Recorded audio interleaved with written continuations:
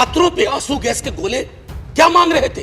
चांद नहीं मांग रहे थे, नौकरी मांग रहे थे। राम और रहीम के बीच में दीवार लगा रहे हैं। ये दीवारें आज हो सकता है ताली दिलवा रही हो, आप मिट जाएंगे, ये दीवारें भी मिटेंगी। मुझे तो कभी कभी ताज्जुब होता है कि पाकिस्तान में चुनाव हमारे नाम पे नहीं होता है, लेकिन हमारे यहाँ चुनाव पाकिस्तान के नाम पे होता है। जिन्ना कहीं भी होंगे सोच रहे होंगे कि जो जीते जी मैंने नहीं पाया, भाजपा वालों ने मुझे मरने के बाद दे दिया।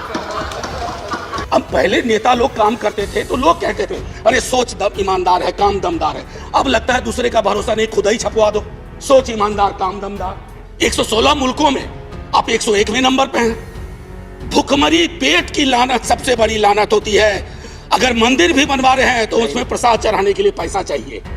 अगर मजार पे जा रहे हैं चादर चढ़ाने के लिए पैसा चाहिए। लोगों के पास कुछ बचा। हमारे देश के मुखिया कौन? राष्ट्रपति, प्रेसिडेंट। हमारे देश के सबसे पहले पर्सन कौन? प्रेसिडेंट। लेकिन क्या कभी आपने राष्ट्रपति को, हमारे जो प्रेसिडेंट ऑफ इंडिया है, उनको बेरोजगारी में बात करते देखा? बेरोजगारी के मुद्दे पर बात करते देखा? कभी इस सवाल का जवाब लेते देखा कि भाई ये जो बेरोजगार हैं इन पर लाठियां क्यों बरसाई जा रही हैं? ये रोजगार ही तो मांग रहे हैं। कभी प्राइम मिनिस्टर से इस तरीके के सवाल करते देखा? नहीं। इसी को लेकर आरएलडी के जो नेता हैं मनोज झा, उन्होंने बहुत कुछ कहा और जो कहा वो हम आपको सुनाएंगे। नमस्कार दोस्तों, अस्सलाम वालेकुम। मेरा नाम है नदीम खान और आप देखना शुरू कर चुके हैं देसी बातें सिर्फ इंडियन पत्रिका पर। आरएलडी के नेता मनोज झा ने जब संसद में बोलना शुरू किया तो ऐसा बोला कि वाकई में एकदम भावुक कर दिया। बहुत तगड़ा बयान दिया, बहुत जबरदस्त बोला। मेरे बोलने के लायक इसमें कुछ है नहीं। मुझे अगर कुछ करना है तो सिर्फ आपको दिखाना है उनका भाषण कि जो बोला है, और सवाल किया है राष्ट्रपति से कि कोरा कागज है आपका बयान, अगर आप बेरोजगारी पर प्रधानमंत्री से सवाल नहीं पूछते हैं, बेरोजगारी पर जिक्र नहीं करते हैं, कभी सोचते नहीं है। सुनिए क्या कुछ कहा है अपने भाषण में संसद के अंदर आरएलडी नेता मनोज झा ने। बावफा नहीं होता, बेवफा बावफा नहीं होता, वरना इतना बुरा नहीं होता। हमने तो सोचा था, बाद लुटने के ये पता चला कि रहजन रहनुमा नहीं होता। कभी कभी मैं सोचता हूं माननीय सभापति महोदय कि महामहिम सोते जागते अपने सलाहकारों से बात करते, टेलीविजन देखते, सोशल मीडिया देखते, संवाद करते, क्या उनको नहीं लगता होगा कि देश के विजुअल्स बहुत अच्छे नहीं है? छात्रों पे आंसू गैस के गोले क्या मांग रहे थे? चांद नहीं मांग रहे थे, नौकरी मांग रहे थे। और वो 2 करोड़ वाला भी नहीं मांग रहे थे, कह रहे थे बाकी वाला बचा हुआ दे दो। आपने लाठियां बरसाई। सर, इतिहास की एक अपनी स्मृति होती है और स्मृतियों का एक इतिहास होता है, और विश्व इतिहास गवाह है सर।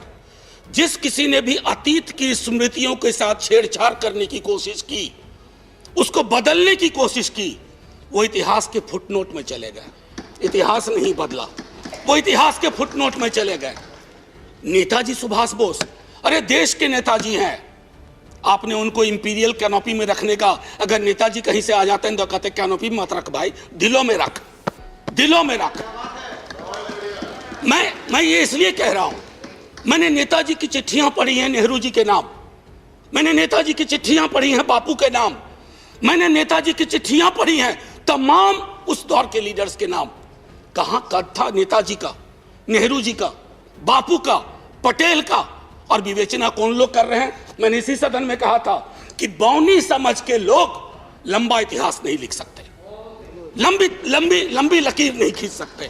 मैं कभी कभी सोचता हूं 1952 में पहला चुनाव लड़ा हमने सर। 52 में हम पार्टीशन से निकल के आए थे, पीड़ा थी बहुत, लाखों लोग मारे गए उधर और लाखों लोग मारे गए इधर।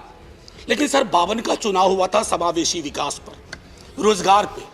70 साल बाद हम चुनाव लड़ रहे हैं किस चीज पे? देख लीजिए। मुझे तो कभी कभी ताज्जुब होता है कि पाकिस्तान में चुनाव हमारे नाम पे नहीं होता है, लेकिन हमारे यहां चुनाव पाकिस्तान के नाम पे होता है। अमन जी, अब मैं तो कह रहा हूं कि जिन्ना कहीं भी होंगे सोच रहे होंगे कि जो जीते जी मैंने नहीं पाया, भाजपा वालों ने मुझे मरने के बाद दे दिया। सर, ये किताब है प्रार्थना खंड, बापू की किताब है, बापू की प्रार्थनाओं का संकलन है। मैं आग्रह करूंगा सब पढ़ें। जब नोआखोले से लौट के आए बापू, बहुत पीड़ा थी। उन्होंने अपना प्रार्थना बदल दिया। वो प्रार्थना भजमन प्यारे सीताराम की जगह भजमन प्यारे राम रहीम, भजमन प्यारे कृष्ण करीम। आप क्या कर रहे हैं?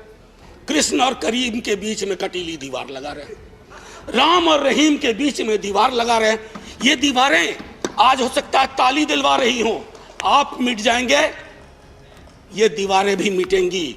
वक्त वक्त की बात है, बस एक बार सोचेगा जरूर, क्योंकि बापू पे माल्यार्पण आप भी करते हैं। सभापति महोदय, कोविड के संदर्भ में मैं बोलूंगा नहीं, मैंने पहले ही कहा, इश्तेहारबाजी हो रही है।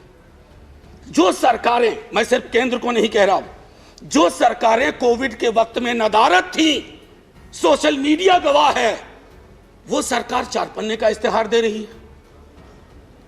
अब पहले नेता लोग काम करते थे तो लोग कहते थे अरे सोच दम ईमानदार है, काम दमदार है। अब लगता है दूसरे का भरोसा नहीं, खुद ही छपवा दो, सोच ईमानदार, काम दमदार। अरे लोगों को बोलने दीजिए। बाबा साहब ने एक बात बार बार कही थी,